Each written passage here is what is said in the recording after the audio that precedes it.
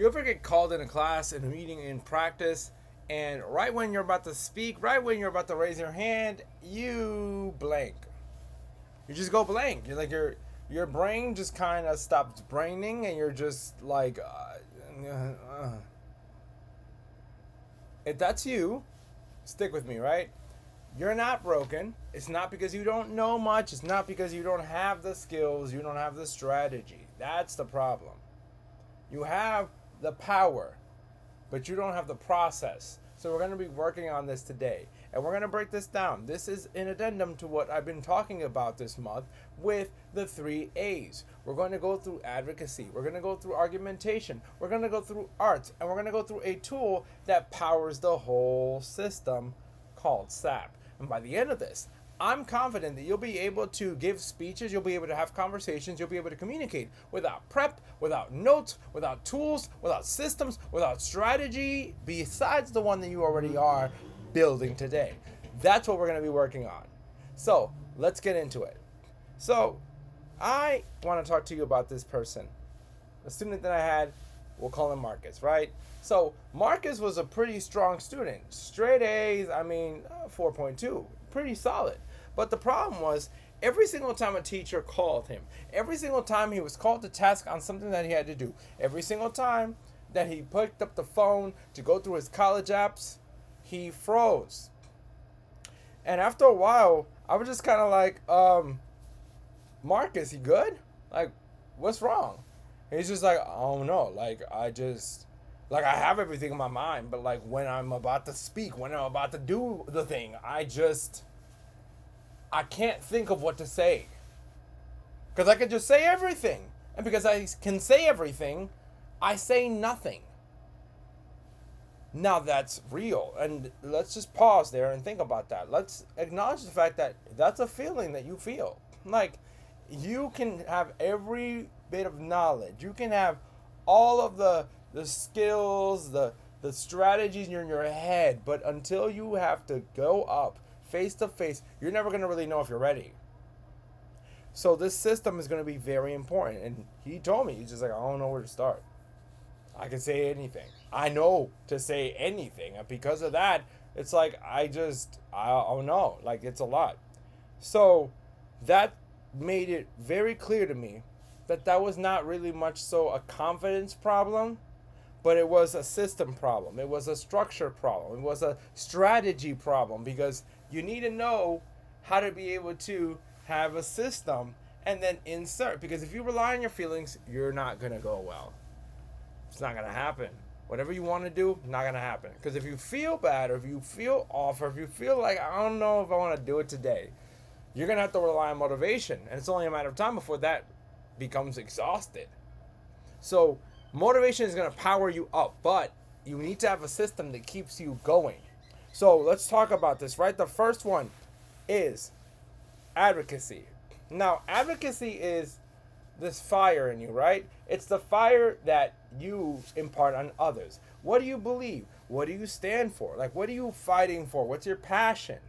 And that means that when you open your mouth, there's a point of view behind your words. There's a point of view behind your words. Besides the fact that, like, you have all the facts. Besides the fact that, like, you have the system in place. You believe what you're saying. You have an angle. You have an argument. We'll talk about that in a second. But you have a point. And you are going to tell your point because you believe that it matters. So think about the last time someone really got your attention when they were speaking. Like, it's like, okay, got it. Like, if they were speaking about, like, sponges, you still were like, wow, I love the way that you're speaking. Like, it's really getting to me. No matter what they're talking about. That conviction is the advocacy that you're aiming for, that you're working for, that you're trying to have. So that's going to be important. When you're put on the spot, your first job is to find your anchor. So what do you actually think about this topic? What do you think about this statement? Whatever it is, even in the subject of the conversation, if there's something that you want to convince, you want to get your point across, you can't just rely on people to just believe you. You can't just rely and be like, well, if they don't get it, they don't know what I'm thinking, they don't see the vision. You haven't made it plain. You haven't made it clear. You haven't made it exact. There's no way that they would vie with you. They won't buy in. So you need to be powerful about your advocacy. Now, if that means that you're fighting for something, then fight for the thing. Power for the thing. Do the thing. So that would be advocacy. The second is argumentation. Now, argument means you can back it up because people could say a lot of things, but like, are you blowing smoke? Are you just yapping?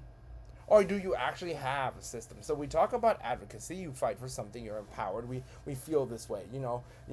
We should have cheese in all sandwiches. You fight for that. Very important. You have your topics. Yes, but like, do you back it up? Like, what's your argument? What's your evidence? How do we know that you feel fired up and you have the data to prove it? So, having an opinion, a strong one, is one thing.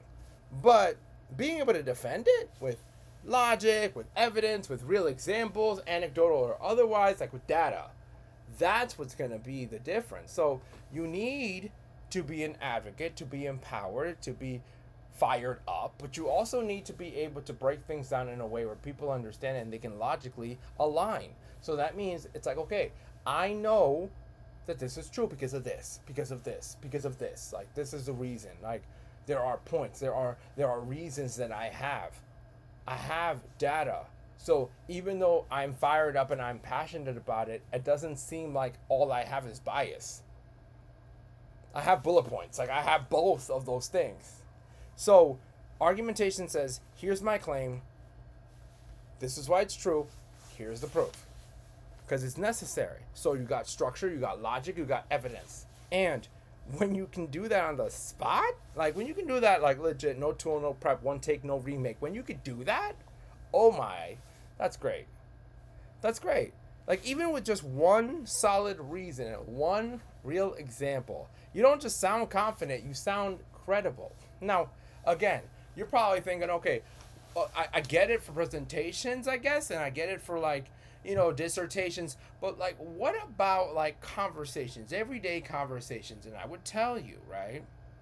I would tell you that sometimes people yep and they don't listen to you because what the heck are you doing? You're just blowing hot air.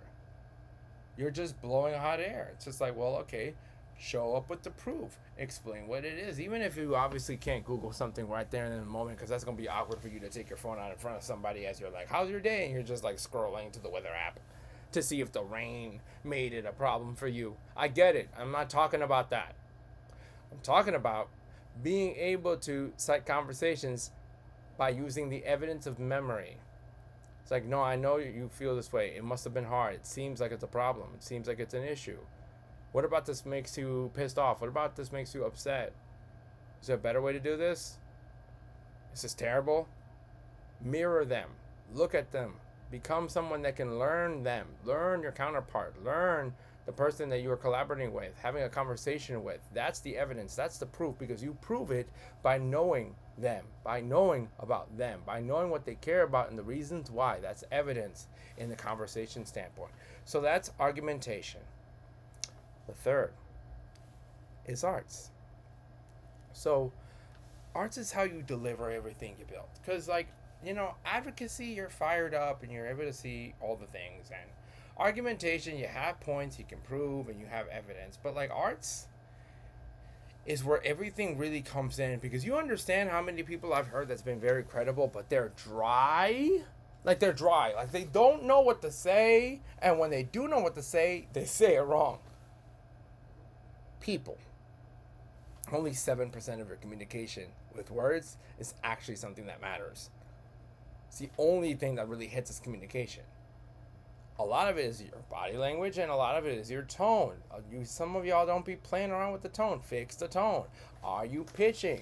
Are you having a good cadence, your rhythm? Are you taking beats? Are you taking points? Are you taking pauses? Are you mad, sad, glad? Or is there something that's bad? Is there something that's terrible? Is there something that's good? Do you act like it is and not just talk dry? So arts puts a nice bow on everything, and it works all together. But you need all three in order to be able to speak effectively, again, in conversations, in projects, in boardrooms. You need all three. You need to be able to do all three. So the arts pillar says, perform your message. Don't fake it. You don't need to fake it, but perform it. Because even when you're sad, even when you're mad, even when you're happy, even when you're pissed, you still have to be able to convince the other person and collaborate and conversate with them. So you need to be able to have that energy. So with that, you realize that, okay, these are all great things, but like in terms of the actual thing to say, how does this apply? Well, I'm glad you said that, audience is here. We have story, argument, point. I affectionately call it the SAP method. So with that being said, we always think about the fact that every single time you're put on the spot, it's hard. You're like, what am I going to do? How am I going to answer? What am I going to, like, how am I going to bring the audience in? And think about this, right? Your hook, the way you begin, is important. So I would say start with story. Like, you always want to start with a hook at the very least, but story is very important. Like a moment, a line, a statement that creates the atmosphere before you get to your point. You know, if I talk to you about Marcus and what he was going through, I mean, you get it. Shoot, I have a student, her name's Shanae, that sometimes was like, Mister, like, I don't know what to do. Come into my class every single day, mad, pissed off, throwing chairs. And, you know, the rule book's like, you know, leave her alone, just write a detention and move on. And I'm like, I don't think that's the move. I think she's going through it. So I ask, I'm like, is everything okay? No, it's not. Okay, well, okay. So what? Shanae, what happened? No, because, like, it happens every time. What happens? He always leaves my room a mess every single time, my little brother. Okay. So we in school, right? Like, we here in school. This is not your house. So how about we, like, take it from a 15 to, like, a 2? Like, and we talk about it. Like, you know, okay, your little brother messy. I understand that. He doesn't respect personal boundaries. He's 4. I don't exactly know what he's supposed to do, right? But, I mean, what am I going to do? I have a 4-year-old. I'm just saying. They're just like, da-da, bah, and they just blows things. I get that. But you're a kid. You're 17. I understand it's not like you're supposed to know this stuff. But can you think about the fact that, like, let's find ways to be able to get your parents involved even though they work late? Is it best to be able to do something where you can distract him so he doesn't think that your room is a playground? There may be ways. Learn him. Don't just disown him. Don't just rechazame. Don't just leave him alone. Just leave him to his devices and just say he's a bad child. Fix it. Figure it out. Figure it out. It's not like you live with him. You live with him at least for like another year and a half. Like, we can figure this out, right? So, again, story. Now, if I take story after that, and I speak about, you know, that being the story, what's the argument that I'm making? You cannot control what other people do. You can only control your response to them. Why do I say that? Because at the end of the day, there's evidence that proves that the more we stress about trying to control other people, the more anxiety we accumulate because we realize there's not much we can do and it's far out of our control. There's a lot of points and evidence points of you being out of control. I mean, again, when you're on a plane, you don't decide if it lands. You don't. Every single time I fly a lot, you don't decide if it lands. You don't decide if the student's going to get the lesson. You just hope that you do. That you do whatever you can, and you have interventions in place, and you help the student. You help the child. You help the plane somehow. But at the end of the day, it's not up to you. That's the argument. You can only control how you respond, your perspective, how you're stating things. That's what you can do. So you have the argument. So then what's the point? A lot of people are trying to control things that are out of their control. So stop it. Readjust, revamp, perspective shift, and go for doing your best with what you can. So if I'm talking about SAP that way, that was story. Argument was after your story hook, you pivot to your argument. I spoke about that. The why. If I spoke about the fact that, like, this is the argument, that, you know, you have to be able to control yourself. There are things you can't control, and you have to find ways to pivot, to move. Like, that's going to be important. And in impromptu situation, you don't need 3 sources and a bibliography. Like I told you, my stuff is very anecdotal in this situation. I could just choose anything. I could just pick anything. Reasoning is fine. My evidence is my evidence. I don't need to go crack open the Harvard Business Review. I'm just saying that, like, I had what I had, and it's something that makes sense to you. One reason, one example. That's it. So the reason is your logic. The example is your proof. Your moment, your statistic, a person, the anecdote, like I told you, a pattern that you see. And you can identify and make it clear for people. You can make it plain. You can make it exact. You can make it obvious. So that's going to be important, right? It's simple. It's direct. It's credible. One reason, one example. And then you're building this case. You're not trying to find everything and shove it in a book. You're just doing that. And then point. After your story, your argument, land the plane. Land your point. Why am I listening to you? I tell my students all the time, I'm glad that you have great speeches and you write things. That's cool. Nobody cares though. Like, why should I care? Why should I listen? And again, I have to be direct, right? Because I love them dearly. I do. I care about them. Their family knows that. Their folks do. But like, when it comes to like national competitions, when we're talking about competing at Ivy Leagues, when you're representing at the White House, when you're representing at these like upper level competitions and stuff, and like some of them are competing in international competitions in about a month or two, I gotta be like, okay, well, I mean, they don't care. When I have someone that's going to be a keynote speaker in a conference, and they're like, you know, what are your tips? And I'm brutally honest, and they're like, wow, bro, you don't have to like tear down my dreams and rip my heart out. I'm like, I'm just being honest. You're gonna be in front of thousands of people. What do you think is supposed to happen? Like, how do you think this is supposed to go?